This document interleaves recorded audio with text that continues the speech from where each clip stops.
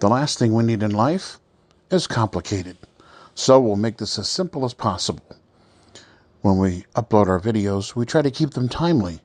And this subject matter happened 2 races ago. But 1960 NASCAR champion Rex White passed away, and we wanted to honor him before we got to this matter. Plus, a cooling down period on our behalf probably wasn't a bad idea, since we felt it was so preposterous and outrageous that we are not an opinion channel. We're more of a fact channel, and this is more of an opinion piece.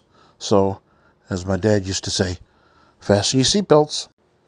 Now, we're not going to name names, but there were a couple of panels after the Sonoma event that discussed the incident on pit road between Ty Gibbs and Chris Buescher, which actually started on the racetrack when Buescher got into the back of Gibbs and knocked him out of the groove. Even though he didn't admit it, Ty appeared to brush back Chris Buescher's crew in a sort of retaliation. And of course the crew reacted harshly. Who wouldn't?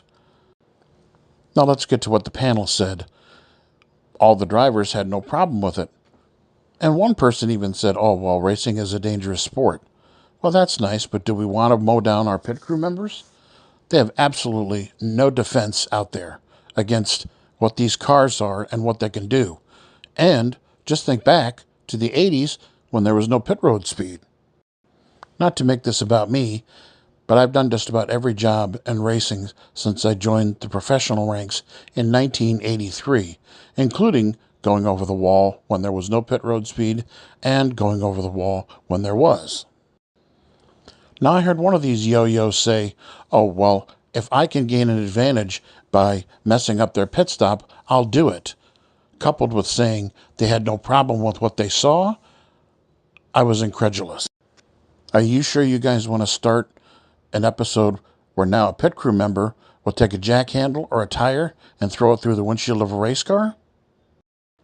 I had an ARCA crewman tell me that a few years ago at Texas World Speedway when he was hit by a car. He said the next time by, he shook the jack handle at the driver and said, if he wants it through his windshield, I can do that. Do you see what I'm saying? Where does it end?